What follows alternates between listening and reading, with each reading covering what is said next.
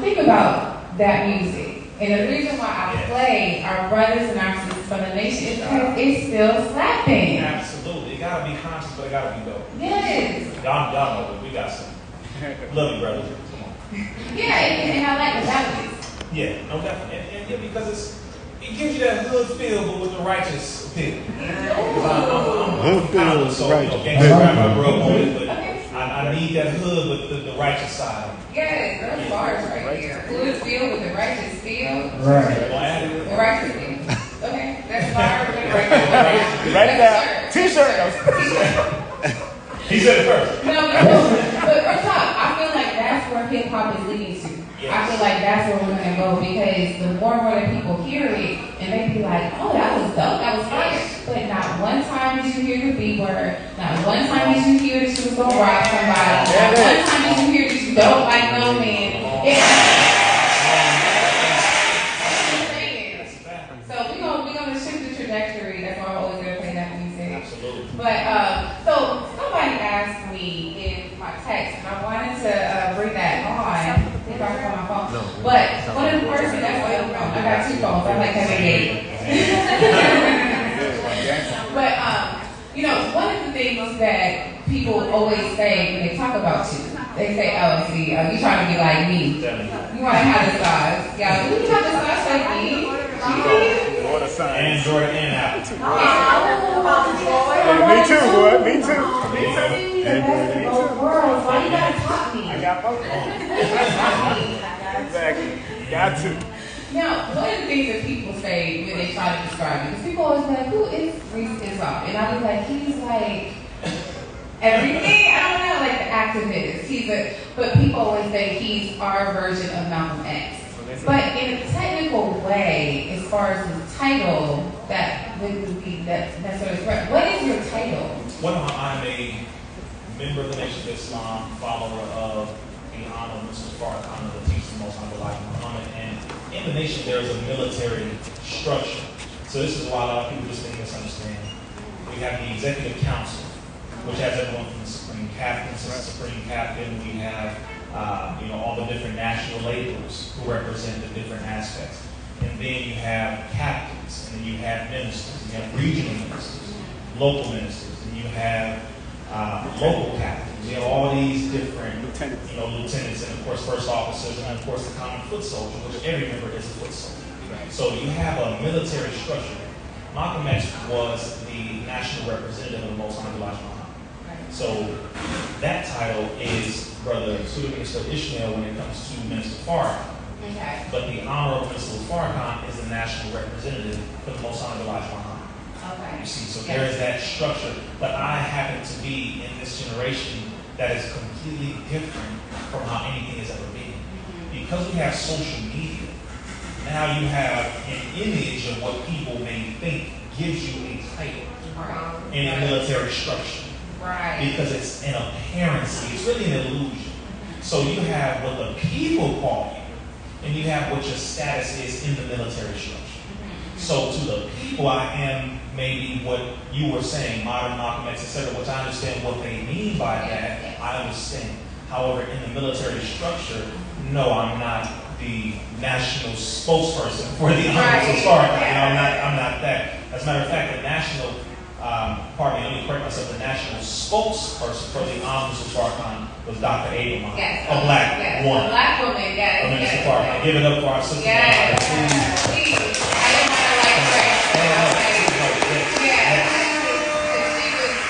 That was the person I looked up to the most. Like I really, I know. Like I really looked up to her because she exemplified what I wanted to be. Like we have, yes. And on another level, like I was taking her lectures, and her lectures were amazing. She was amazing, y'all. Like for real, spiritually, yes. One of the first female ministers in Islam on the planet. Period. A black woman. We'll make that very clear. On the planet. Not in America. Not in the nation. No, on the planet. We have legends that we need to learn about. So when it comes to that, because of social media, it gives you this status, or what you think is status, because more people can see you. So I am a FOI, Nation of Islam. Just like any other FY, I'm just seen by more, and of course we all have gifts. And you know, and Allah God uses us in the way He sees fit. So if that's what the people see me as you know, one of the young leaders, I'll accept that. Of course, the Minister Farrakhan is already constantly, that's my little brother. That's my brother. He, you know, especially when it comes to this enemy, he was like, brother, you light him up. Yes. You light this enemy up. Yes. Keep lighting him up. And he said, I think he said, Brother Rizza's on that bad nigga. Bad nigga list. You doing it so much. Coming for the enemy so much. Oh, I love that. I love that. That was the best. Satan hates you, God loves you. Yes. So that's when you know you're doing that work, though. That's when you know you're doing that work. When they got the AI in you. Real talk. I'll be real with you, bro. Like, I might just, like, I think they said that on for the culture. I was like, I might like try to text. I'm like, don't be texting. Oh, that's funny. Yeah, I feel like they watching me now or something. Like, oh, she not. You know Joe Budden, he said this like 2 weeks ago. Y'all know Joe Budden. This brother got on, I was so surprised he even said this. He gets on his show, I forgot the episode, I think it's called For What's Word or something like that. His co-host said, man, if you don't know what's going on in the world, man, you gotta listen to Islam. And Joe Budden looked at him, and he was like, he said, man, that Rizza is the only brother who I get nervous when he texts me. He said, it's a national question.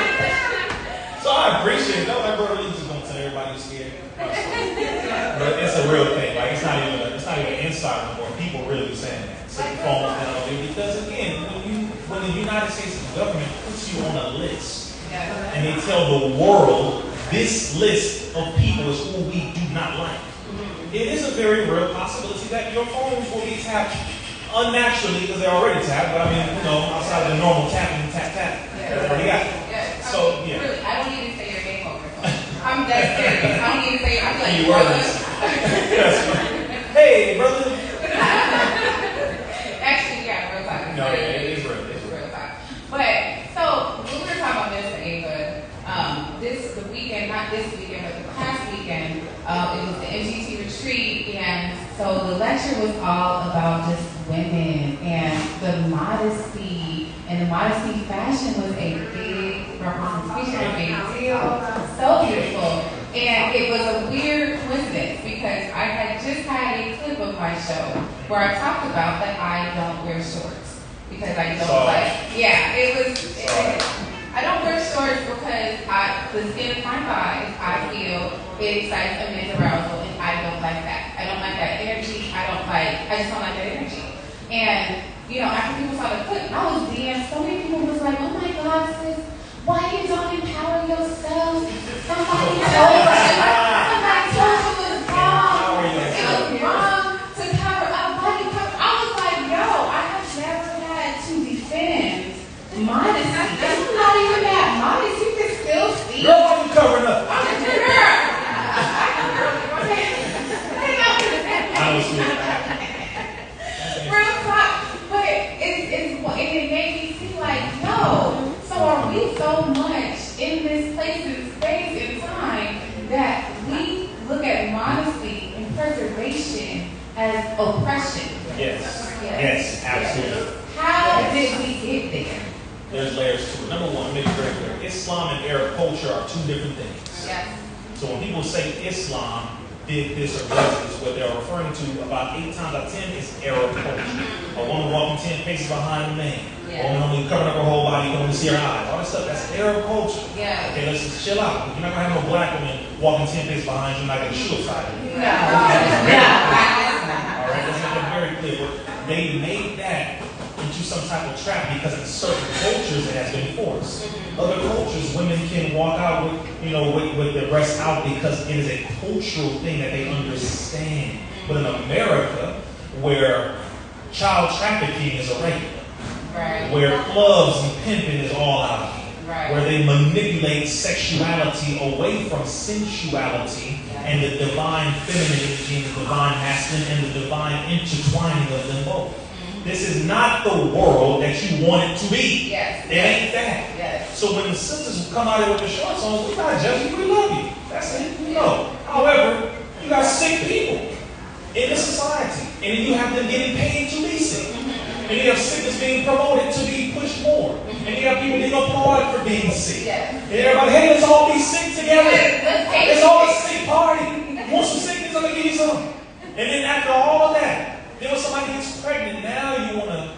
be serious. Right. When somebody goes missing, you want to be serious. Okay. STDs get spread, now you start talking kind of low. So you want to get involved in activities without the repercussions being realized at the same time. Exactly. We have to be honest about the world we live in. So when someone says, well, sister, you're being oppressed. No, I'm being empowered. Right. Of course. You should be able to walk outside and wear whatever you want. Right, sisters? I mean, correct me. You should be able to, right? You should be able to. You don't know? You don't know? Do you feel like you should be able to? See, now this room, Lisa's like, nah, brother, we know what's going on, brother. No, sir. You gotta be the crowd. You gotta be the crowd. Right, no, and see, now mind you, I love that.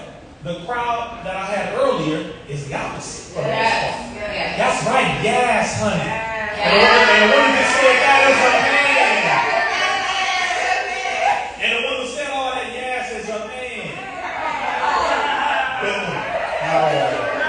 All on YouTube too. Okay, now that's why they don't like it, right?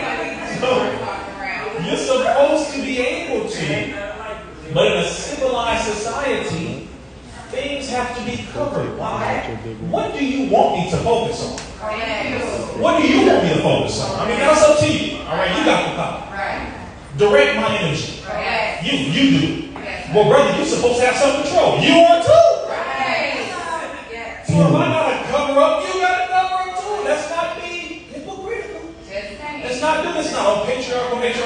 No. You are in a sick society in America. So things have to be bettered in stages and degrees. Maybe we will reach one day where we will have our own cities and towns to where sisters will have a safe area where they can exercise their femininity a little more divine, less clothing if that's what you want. Because it's a natural thing. You should be able to exercise that. Maybe one day we'll have that. But where we are right now, where over 75,000 black women are missing. Where in Atlanta, a lot of girls is trafficked through the clubs. What are you talking about? If you don't talk about one side, talk about the other. Cause and effect. When you got here, oh, you're not letting me. Oh, sister, let me go show you some of the sisters that have been, I would say, the recipients of your teaching. Let's go see what happened to them. Not just because of men, because a lot of women help to sex traffic children too. And sisters too. If you see a lot of women help all these different things going on, it's a lot of women who help to get other women trapped in these situations. So I know I kind of went around a whole lot because it's a very serious topic. So wearing shorts ain't just wearing shorts. That's my point. You got sick people out here. And because of that, you have to be very realistic about the world you live in. And if you want to wear shorts, get used to saying, bro, wake up. Come back. All right, bro. If you're not going to be doing that, just cover down to your lips. It's okay though. It's okay to keep the thing in it. And brothers, clean up, please. Because you are supposed to have self-control. Correct. So let's keep this balance. Again, it's on both ends. I'll make that very clear. Yes. I mean, brothers should have self-control, but in the same breath, you have to understand the nature, right? You have to understand. And on the other end, we'll talk about men too. Because men have to understand the natures of some women. If you're going to walk around here flashing everything that you have, like, I came up, my ex-husband, let's just be real, he sold drugs. And he always would say, do not hunt your money in public. And he would always teach me things like that, because he's like, that's the quickest way you're about to get me robbed. Like, so it was a lot of that instilled in him that he was not flashy. He was modest, but male modesty. Because we have a lot of men out here that you want to show everything. This is not a Jackson Rich mode. I love you and everything that you wear. You talking about me? He was like, I go show you. But a lot of men, they wear everything that they own. And you're like, but bro, like, I used to work at an aesthetics place in LA. And Mustard on the beach, so Mustard. And one day he came and he had all of the stuff on. And he was like, yo, and the front desk was screaming. He was like, I feel so weird. Because he was like, I just came from work. I didn't want to leave in the car, but I didn't want to. So even someone that got money was like, I should not have this on like this, So what is it about us? Like, why do we get to this place where we're not seeing that our modesty actually is a weapon against the open enemy? Absolutely. Because go ahead. You want to say speak? No, speak. There are layers to this. Number one, too many of us came from a position in a household where we didn't have anything. So when we finally get something, we want to floss it. We want to flash it. I feel good. I never had it. It's that I I've never had this before, and I want you to see that I feel good about what I have. Okay, so I get that. That's the innocent side, right? I get that. The other side is, I've been watching people who have these things my whole life, and I want to be like them. So let me be like them. I gotta dress like this, talk like this, the drills, boom, man, country man, know what it is, man. Okay. Same thing on the West Coast. Another part of it is, I got some money and I'm trying to impress somebody. Because this makes me feel like I'm bigger than what I am. This validates me, this makes me feel stronger, this makes me feel like I've accomplished something. So this jewelry is a symbol of my success in my mind. So there's layers to it. Same thing with the sisters. A BBL. Somebody on this side of the Red Ross. Okay. We in Atlanta. Whoa! These girls need a camera change. I'm like, so change that baby diaper. I'm gonna say this. Okay, I'm gonna say this. A lot of sisters have witnessed what women, and let's just be real, it goes all the way back to Sarah Bartman. Let's make that very clear, because a white woman was envious of this black woman's gluteus medius and maximus. Trying to figure out, what is this protruding from your backside? That's what they were calling it. They had experiments on our sister. They trafficked her around and put her in a circus like she was a freak. And now you do it willingly.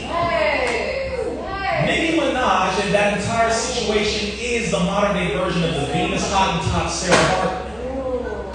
You put yourself on the circus and traffic yourself around. You call it going on tour. No shot at our sister. We know what we need to know. She needs to know. Yeah, a lot of them do. That's the A lot of them don't.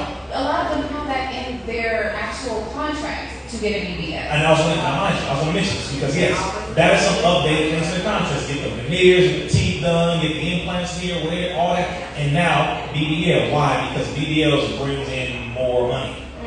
More dollars. Because a psychological attraction to a woman's backside is something that's been studied for well over 50 years. And again, for Sarah Bartman's been studied over 200, 300, 400 years. They look to see exactly why a man is attracted to that. And the white men became so aroused. They used Sarah Bartman in underground sex clubs. Do y'all hear me? Yeah. So you can understand the real foundation of where this comes from so that we can understand why us men today go so crazy over this. When we watch them as sisters and we see that, it's like, why again? The natural form is beautiful. But we have to, Yeah. Real quick, let me see.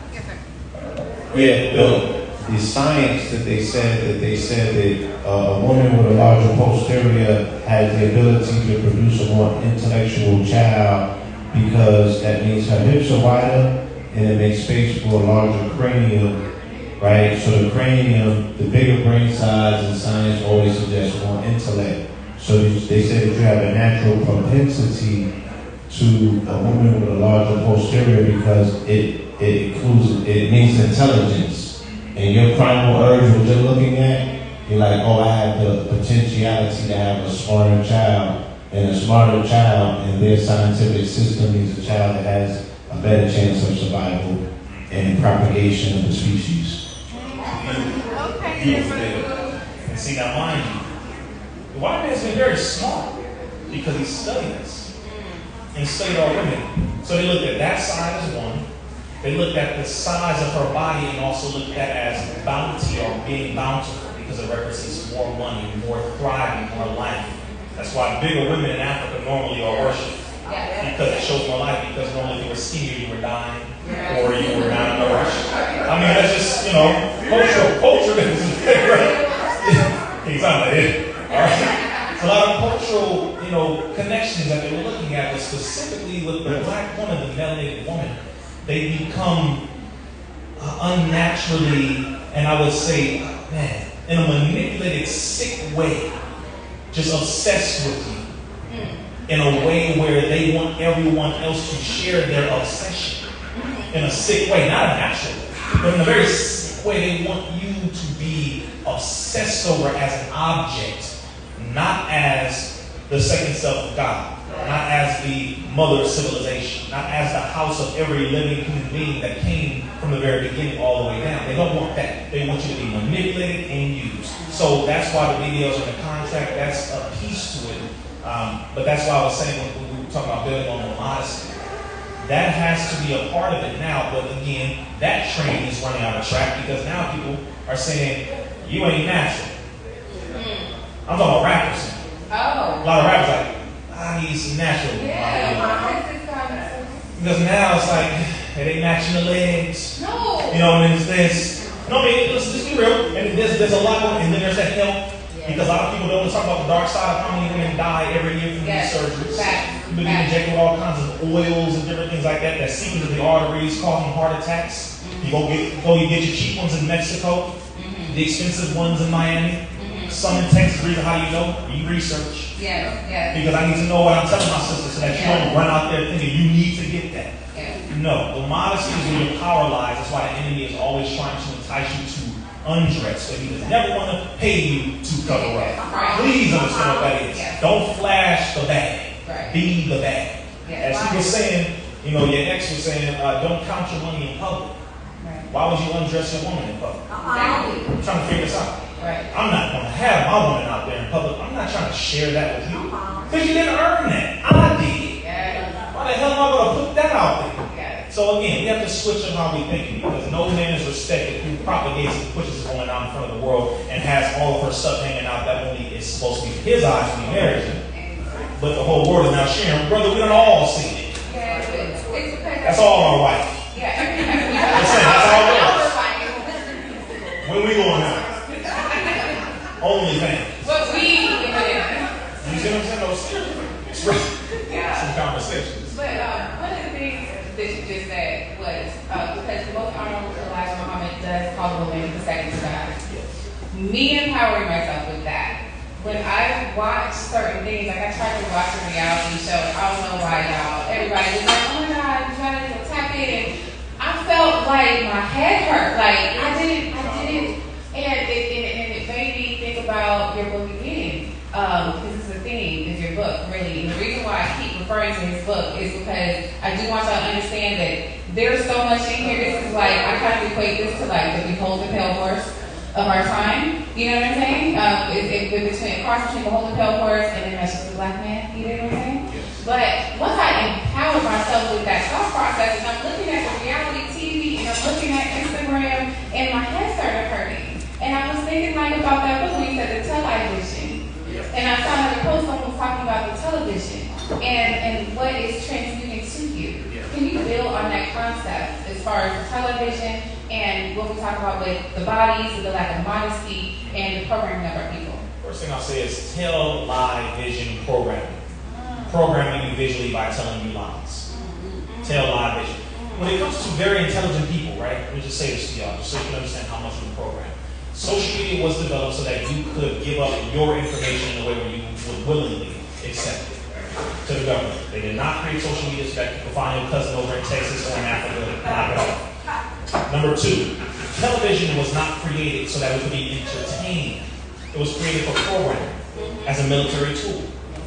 They refer to it as the stupid box or the zombie machine. There's different titles that they give it, but the corporations that started to come out and use TV started to look at, well, wait a minute, if I can have one of these in every home, then I don't need to physically be there to indoctrinate or program or to control them. I can just put something through it and get the job done faster that way. Do you hear what I'm saying? So I can put anything in there and control the way you think. Then they use certain colors that trigger food response in the body. Certain colors that trigger food and fear response in the body. Certain foods that are probably certain images and colors that trigger, I would say, questionable behavior, entice your curiosity. They use, of course, tons of subliminal and subconscious and conscious direct. And so they use a color scheme, they use sounds, they mix yellow and red to inspire hunger, in and out, McDonald's, all this. And people who are in film school will tell you this. They have to use certain colors to inspire certain things in the brain. And they started to see how the people respond. They did a study on children during summer school. They let them go to school, did testing on before and after, and then they did, I think it was for about a week or two. The next week or two, they did not let them go to school. They had them watch SpongeBob every day. Oh, no. At the end of the testing, from the children who watched only SpongeBob and did not go to school, their grade level dropped tremendously. Their comprehension dropped tremendously. The average human being in America right now is not that intelligent. We have less than a 6-second attention span. Our attention span is just right above a goldfish. Do you know what I'm saying? And what do people have on all the time in their home? TV. What do people sleep to? TV. So this was the best programming weapon that we could ever come up with. In Orwell's 1984, they actually talk about the telescreen. Yes. And if any of y'all have not tackled that book, I definitely say tap into that book, because that was how they was programming us. Then they said so much to the point that the screen was watching you, right? And what? Okay. I'm gonna mention it this way because at this point, how many of us go to the movies? I still go to the movies, see, how we want to do it, to either go get to entertain or to get information, so we go to our YouTube and break it down. Either way. When you watch movies, how many of you think they spend millions of dollars just to entertain and make you laugh? I just want to see one hand go up really quick. One hand. Appreciate you, bro. Appreciate you. I'm going to say this to you. Y'all need to stop. Television programming didn't work good enough after a while. We need a bigger screen to capture more minds in a short period of time. You hear what I'm saying? Get them all in one room. Make the screen bigger, louder. Let them pay for it. Add sugar, because sugar does certain things to the brain. Add salt. Add salt and sugar. Popcorn and soda. Do you hear me? Yes. They have to use chemistry as well as a psychology at the same time, because in order for you to install commands, a person must lower themselves consciously. So you have to get them to physically be less conscious, then use words and wavelengths to hit them and install command phrases. The CIA has a tactic called PDH, pain drug hypnosis, where they beat you up, they drug you, then they install command phrases, Manchurian Candidate, and all of those who are controlled and manipulated mentally. They do it through movies and films. They now came out with the Purge law in Chicago, but they came out with at least 4 Purge movies before that. Yes. I was telling people, I said, why and or who would come up with a concept that all crime is legal for 12 hours? What kind of sick person would, think with me. What kind of person, hey, let's come up with a movie. And people are just going to think it's just a movie. It's just a movie. Because people are not that controlled, right? Let's come out with a movie where all crime is legal for 12 hours and give people every single image, every single way to either die and or get killed or killed, steal, rob, do whatever. Show them which stores to go to, give them scenarios, help them to figure out which family member they've been hating since you took my boyfriend, nigga. I'm serious. Y'all think it's just a movie, though.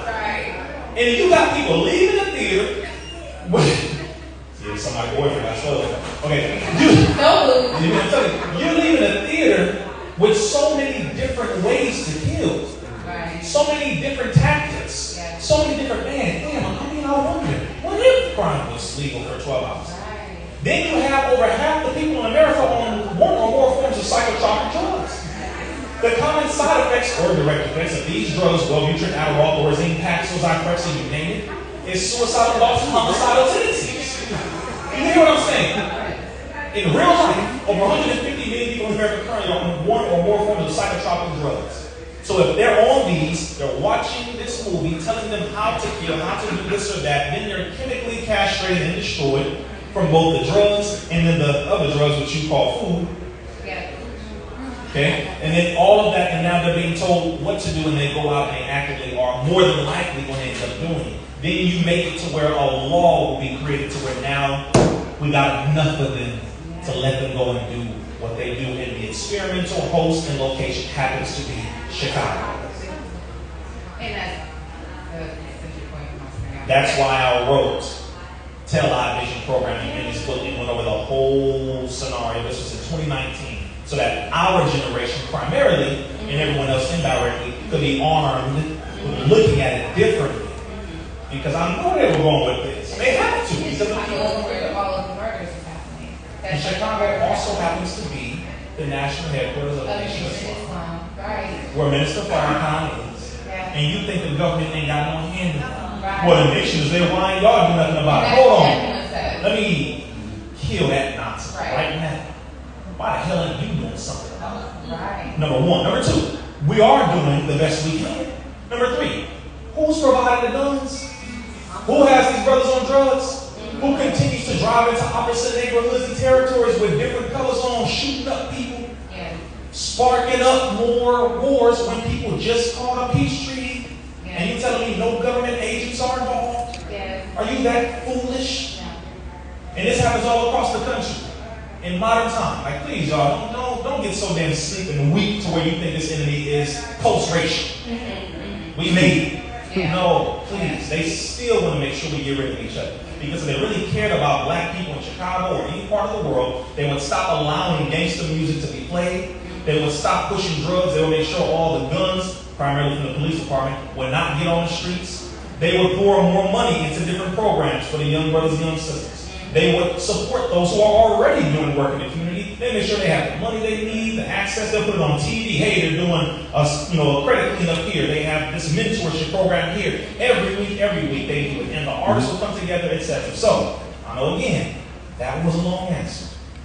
But there's layers to this thing. It's not that cut and dry. But that's why I wrote this in the book. Because I knew they were going to continue to use the program. And they developed the programming more because now we do have a screen all the time that looks back at us that we can't shut down present company included. So we have a little bit of time left, but there was something that you said that I really want to tap into. A few months ago, Dr. Wesley Muhammad, he did the national lecture, and he talked about dysgenics. And I know in your book you talk about eugenics. But the dysgenics was on a whole other level. It kind of reminded me of what you were talking about. Could you unpack dysgenics just a tad before we go? Because you explained it way better than I did. Dysgenics primarily came from a white man who was debating our sister, Dr. Frances Cress Welsing, and a lot of people. This white man, I believe, was William Shaw. And she was debating him, and he was losing youth. It was beautiful. She was just bop, bop, bop. And he was saying dysgenics, where people are just naturally not superior, naturally inferior, naturally supposed to be in with this layer or that layer, above or below, etc., etc. He was, in so many words, he's saying, listen, we're going to go back to the eugenics, old school eugenics style of doing things, except I'm not advocating for people to be killed, is what he was saying. I'm just advocating to put people in certain areas, in an area where they can thrive in their own status or environment or their own arena. It's like, no, you're saying white men are superior. Like, let's get this very clear. You're saying the same thing, but trying to use a different terminology about it. And he was getting, like I said, tore up. Because she was saying, you're still trying to push that the white man is superior. That the white man is the best, the most intelligent, the strongest. He is the originator of history, the originator of sciences and all that. And none of that is true. And it's not us looking at, who's superior, who's inferior, but you literally pushed that farce across the whole planet. So that whole dysgenics and eugenics, they're very much similar, except he primarily, William Shockley, was saying that he's not advocating to kill people who are not as superior, but he's just saying we should thrive in our own arenas and try to separate people. So I feel like I just want people to get that word into their vocabulary because we are watching the biggest dysgenics program happening right now in front of us every day. Even when you're looking at your social media, there's certain things that they push out to you. Facebook did a study one time, and they specifically pushed out negative things to you. So everything that you swiped on was somebody depressed, somebody sad, and they wanted to see your reaction. They wanted to see how long did you stay on Facebook, how long did you go on Instagram. So we are watching a huge dysgenics program. So as you are doing everything, your leisurely things, your Facebook, your Instagram, your television, your YouTube, all of that, be mindful of what you're watching and start to see the programming and the programs that you're putting into yourself. Can you spell that for the audience? Dysgenics, Dysgenics. Oh wait, ICS. Dysgenics. Yes. I believe you could probably actually go on NOI.org. Yes. Dr. Wesley Muhammad spoke about that July 24th, I believe. I believe it was July 24th. So you can go back and find Watch that, and then also watch the debate between William Shockley and Dr. Francis Cresswell. You will blow your mind. Our sister was mopping that dude up. Yeah. He came out with a big, just like this big sign. I'm not even talking about dysgenics. What I'm saying about dysgenics. She's like, just look at it. It was beautiful how she did it. But definitely, everyone should study that. And again, just know you're being programmed every day. It's a constant battle. We're constantly at war. When you open your phone, the notifications, you feel like I gotta. This thing is rough. You have to actively pull yourself out of the programming because they have actively put us in. Yeah. Even myself, it's a difficult thing, but as long as you become aware and maintain it, you can maintain balance. So just do your best to build off of these things. Yes. Oh, that being said, too, when you go onto your Instagram, because both of these brothers are shadow banned, okay? So you're probably not going to find them. Go to their Instagram, hit the notifications so that you can start, and then you can just go to everything, like everything, share everything, or save everything, put a comment, because we need to get these brothers back in your algorithm. You have to be intentional about it. And Sharpay too. Is she Sharpay as well? Okay. We all are. We all March are. 17th. We have everybody. Pretty much. Francis Cresswell was March 18th. Dr. Francis, she born March 18th? Yeah, you born March 17th, she born March 18th. Go ahead with that Pisces. Devastating. Right? Devastating energies. Devastating. Yeah. All right, so we are about to go. That is our time, but I do want. Are you gonna field questions from the audience? Yes. You got a studio This is audience. why I love. Okay, so hey, listen, cool. Blue and Red, they be like giving me little things, like give me things, things keep remembering for me. So I want to open up the floor to any questions from the audience. Okay, Brother Divine, come up here. I'm gonna give you the microphone. Hold on.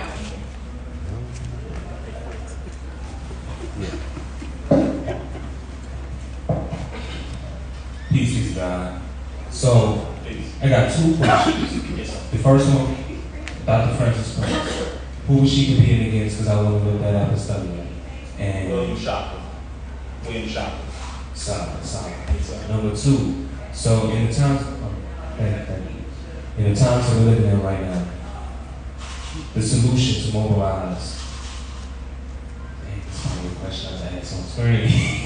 Just go for it. It's up to you, bro. We here. I pretty much got where you're going, Yeah. exactly what you were saying, and I'll say, I can't answer that off, but I'll say, get with those who are like-minded as soon as possible, as safely as possible. And I will also say that a lot of people are doing the same thing, not just with different groups and organizations that are aware, but from the artists and celebrities all the way down, people are having those meetings right now. Right? Solid. Definitely gonna plug in. I got a gift for you at the end too. Appreciate it. Solid. All right, any more questions? Yeah, I just was on God's side again. These last 24 years, I sacrificed my life for the community, and it took me all of me was lying. How do you deal with the spiritual attacks? That's the question I want to ask you. When you are truly helping the community, how do you do that? Very good question. You know what's funny? I receive that question every time I come to Atlanta, at every event, roughly. Every single time. Because for some people, it's unbelievable. Like, how? When a person is born for something, you can see in their behavior. When they get attacked and they don't shrink, they get bigger. And they're born for this. I don't really have another answer. I mean, I fear nothing and know about Allah, sincerely. I know who the real enemy is, and it's not my brothers or my sisters at all. Maybe ignorance inside their head, sure, but not them. I don't have anything that I worship outside of the Most High God, genuinely. And that has to be a deep connection in order for you to fight against Satan himself and his dumb devils, as Mr. Farrakhan said. I'm on a list, 1, 2, 3 different lists by the U.S. government. I've reached a point now where you can say I have 3 rings for the Super Bowl of consciousness. I'm already in there. Hated by the White House, hated by the FBI, hated by the ATL, which is by far one of the most racist organizations on planet Earth, all of them combined. but all of them put me on the list, which means what? I must belong to the opposite side, which ain't safe. So who is it? And if that's the case, then I'm going to stay right. You're in good company, brother. Okay. You're in good company. That's all it is.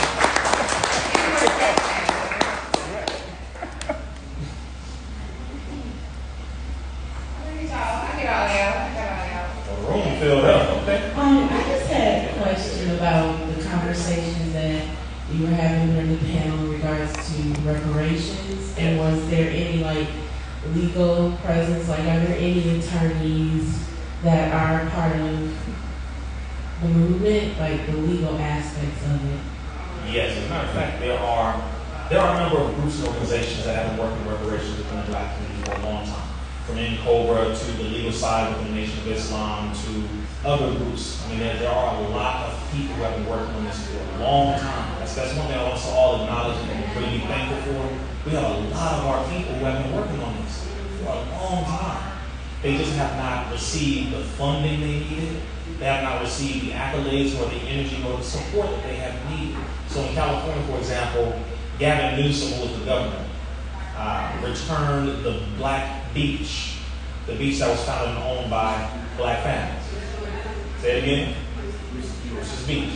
And so that's one piece, but while also yesterday and the day before that, they had a panel discussion at City Hall where they were going down the list of families and amounts of money and different things as it pertains to the legal action and as it pertains to how much money. For example, anyone that's been a victim of racist attacks or redlining, anything like that, I believe 1930 up until 1974, I believe, can be compensated up to $100,000 for every year that they have been deprived of some form of justice. For example, that's something that we went over in the panel earlier. So there are a lot of legal teams on it. They're going to do their best to collaborate and make it into a national movement. That's where it is right now. So it's in the works. God willing is going to make a beautiful transition, but it's on the ballot because a lot of people are talking about it to get the Black vote.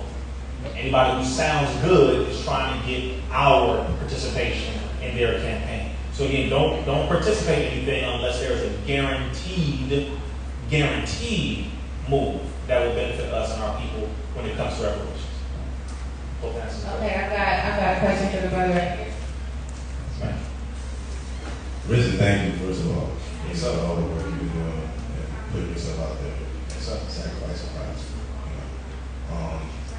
I wanted to ask you, a lot of what we talk about ourselves as a people, it's always in reference to the injustices or the sufferings or the disposition that we're at. And I want to give you a second to switch the frequency a little bit and speak visually, become a visual learner.